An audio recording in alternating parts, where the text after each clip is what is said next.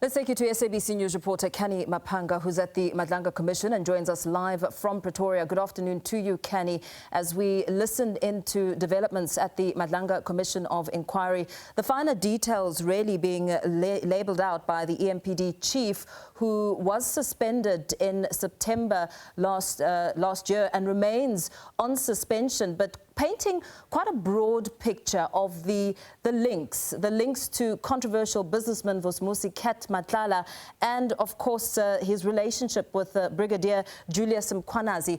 Talk to us about some of the big talking points this afternoon. Indeed. Good afternoon to you and to the viewers at home. Essentially, what you're seeing is that he's painting a picture of that abuse of power that can take place within the EMPD and the allegations of criminality within the EMPD, and then, of course, the intrusion into his powers as the chief of police at the Ekurhuleni Metro Police Department. He lays the foundation because this is important in relation to evidence relating to Brigadier Julius Mkhwanazi. Now, we've heard this name before. It came up with regards to the Blue Light saga that involves Vusmusi Kat Matlala, the alleged cartel member, that his private security company vehicles were fitted with those blue lights, which we already know is unlawful, and it doesn't fall within the mandate and scope of the Ekurhuleni officials to give him those blue lights. And then, of course, there was an allegation that while he was off duty, that is Mkhwanazi, that he did some form of verification for Katiso KT Molefe, that is another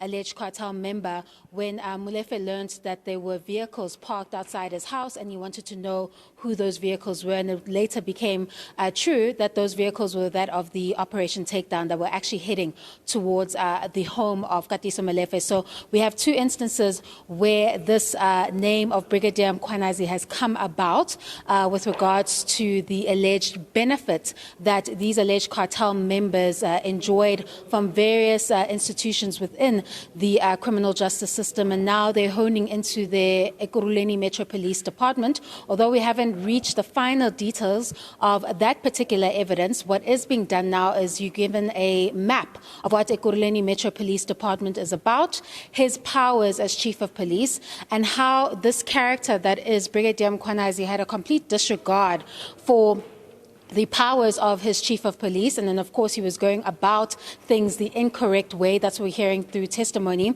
He references the recruitment process as an example of some of these instances in which he was disregarded and his powers were disregarded as the chief of police at EMPD, and that together with other HODs in the department, together with Mkhwanazi, they were able to give effect to certain appointments, go ahead with the recruitment process and make other decisions without involving him as the chief of police in the EMPD. He stresses the importance of the difference in powers as well with respect to the Metro Police officers. Then, of course, the SABC, the South African Police Services. He creates this boundary where the latter has a bit more of an important role when it comes to investigating matters. So stating that Ekurhuleni Metro Police don't have that power to investigate issues when called upon.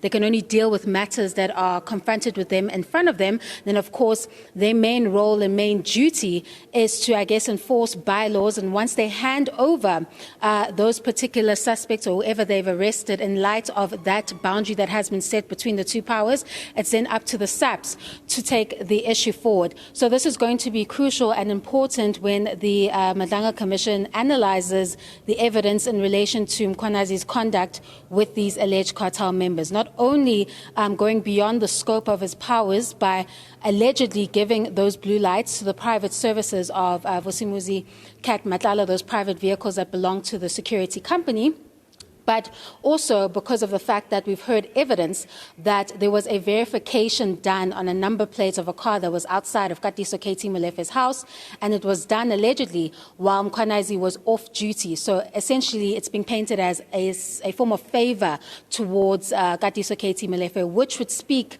to this question of abuse of power that he's trying to lay the foundation for in front of the Madlanga Commission as it continues to probe these allegations of criminality, political interference, and corruption in the criminal justice system. So this evidence so far, Paul, is not so much about the suspension, but about rather the flagrant disregard for the powers within the Ekurhuleni Metro Police Department structure, the alleged criminality that he's alleging is taking place, and then, of course, the complete and blatant, intrusion into his powers as the Chief of Police at the Ekurhuleni Metro Police Department. I'm sure when he continues at 2 p.m. this afternoon, because he's already started with the blue light saga, highlighting before the commission that it was unlawful for those cars of the private security company of Madlanga to be fitted with those blue lights. I'm sure it will lead to the evidence of Mkhwanazi and his alleged links, that is Brigadier Julius Mkhwanazi, not the KZN top cop,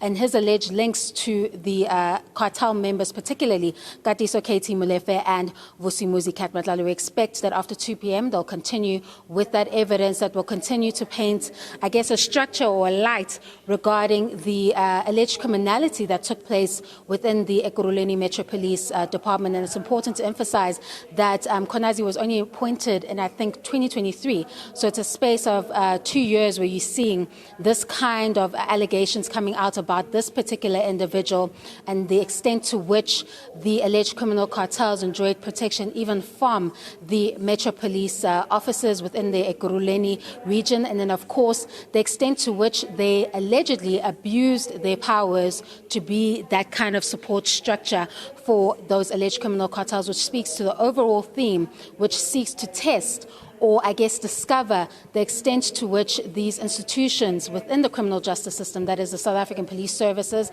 then of course now the Metro Police officers, went to protect or shield or safeguard or assist these alleged criminal cartels.